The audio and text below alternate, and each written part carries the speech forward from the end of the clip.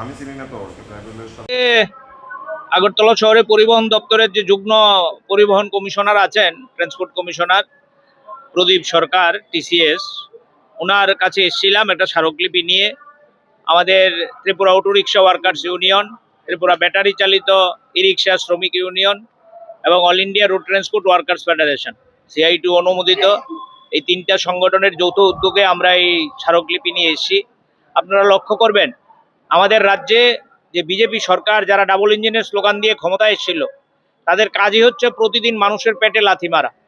চাকরি থেকে ছাঁটাই করে দাও, মিড ডে মিল ওয়ার্কারদের কাজ বাতিল করে দাও, অঙ্গনওয়াড়ি ওয়ার্কারদের বেতন বন্ধ করে দাও, চুক্তিবদ্ধ শ্রমিকদের কাজ বাতিল করে দাও জায়গায় জায়গায়। এবং সর্বশেষ সংস্করণ আমাদের রাজ্যের এই যে ইলেকট্রিক চালিত অটো, যেটা সরকারই বলেছে এটা রাস্তায় চালাতে গেলে কোনো পারমিট লাগবে না, বাজার থেকে লোন নিয়েছে, ব্যাংক থেকে লোন নিয়েছে, শ্রমিকরা এই গাড়ি নামিয়েছে।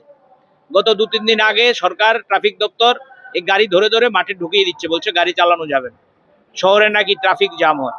তো শহরে ট্রাফিক জ্যাম এটা কি শুধু অটো শ্রমিকদের জন্য হয়? আমরা তো বলছি ট্রাফিক জ্যামের বিরুদ্ধে আমরাও চাই সচ্ছল আগরতলা, কিন্তু কোন আগরতলা এটা? স্মার্ট সিটির নামে আগরতলাকে কি অবস্থা করে রাখা হয়েছে। আগরতলা শহরের মধ্যে ফুটপাত দখল হয়ে আছে, এটা উদ্ধার করতে পারছে না, শুধু অটো শ্রমিকদের পেটে লাথি। এই কারণে বলছি এই সরকার হচ্ছে মানুষের পেটে লাথি মারার সরকার। এর বিরুদ্ধে আমরা বলছি এই আদেশ অবিলম্বে প্রত্যাহার করতে হবে, অবিলম্বে প্রত্যাহার করতে হবে এবং একটা গ্রহণযোগ্য সমাধান সূত্র বের করতে হবে। তুমি 8 বছর হয়ে গেল সরকারের আগরতলা শহরে টিআরটিসি বাস চালু করতে পারলে না, টাউন বাস চালু করতে পারলে না। আমাদের ছাত্র, অভিভাবকরা, রোগী একমাত্র সম্বল হচ্ছে ই রিক্সা, অটো রিক্সা। এগুলোর উপর যদি এভাবে নিষেধাজ্ঞা জারি করা হয়, মানুষ যাবে কোথায়? যাত্রী সাধারণত অসুবিধায় পড়বে। সুতরাং একটা কথাই বলবো, এই সরকারটা হচ্ছে গরিবের বিরুদ্ধে সরকার। ওই লক্ষ্য করেছেন পশ্চিমবাংলায়, কথা প্রসঙ্গে বলবো, একজন মন্ত্রী অগ্নিমিত্রা পাল, বিজেপি সরকার নতুন সরকারে এসছে, কলকাতা শহরে ফুটপাত পরিষ্কার করার নামে একজন বয়স্ক মহিলা বাচ্চার জন্য দুধ গরম করছে ফুটপাতে।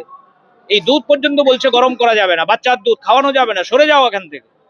এটা কিসের লক্ষণ? এটা দিয়ে বোঝা যায়, সকাল দেখলে যেমন দিন বোঝা যায়, বিজেপি সরকারের একটা কর্মকাণ্ড দিয়ে বোঝা যায় তাদের চরিত্রটা কিরকম।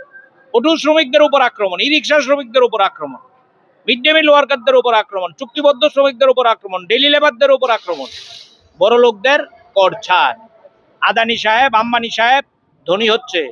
বিজেপি আসার আগে 609 নম্বরে ছিল গোটা পৃথিবীতে আদানি সাহেব, আজকে 2 নম্বরে। ভয়ানক রকম সম্পদ বাড়িয়েছে। কার সম্পদ? গরিব মানুষকে শোষণ করে। সুতরাং আমরা এখানে এসছি ডেপুটেশন দেওয়ার জন্য, আপনাদের বলতে দ্বিধা নেই। পরিবহন কমিশনার সাহেব, যুগ্ম কমিশনার সাহেব আমাদের দাবির সাথে সম্পূর্ণ একমত। উনি বলছেন যে আমরা উচ্চতর কর্তৃপক্ষের সাথে, রাজনৈতিক কর্তা ব্যক্তিদের সাথে আমরা কথা বলবো, শ্রমিক সংগঠনগুলোর সাথেও কথা বলবো, কথা বলে দেখি আমরা কি করা যায়। কিন্তু আমরা এখানে ঘোষণা দিতে চাইছি, এই গরিব শ্রমিকদের উপর এই অত্যাচার আমরা মানব না। অবিলম্বে যদি সরকার তার জন্য কোনো সদর্থক ভূমিকা গ্রহণ না করে, আগামী দিনে CI2-র নেতৃত্বে আমরা আবারও রাস্তায় নামব।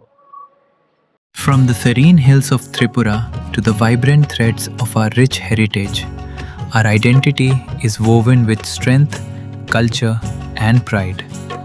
On 23rd August, we honor a monumental landmark, the foundation of the Tripura Tribal Areas Autonomous District Council, TTAADC, a historic leap in safeguarding our rights, elevating our voices, and shaping true self-governance.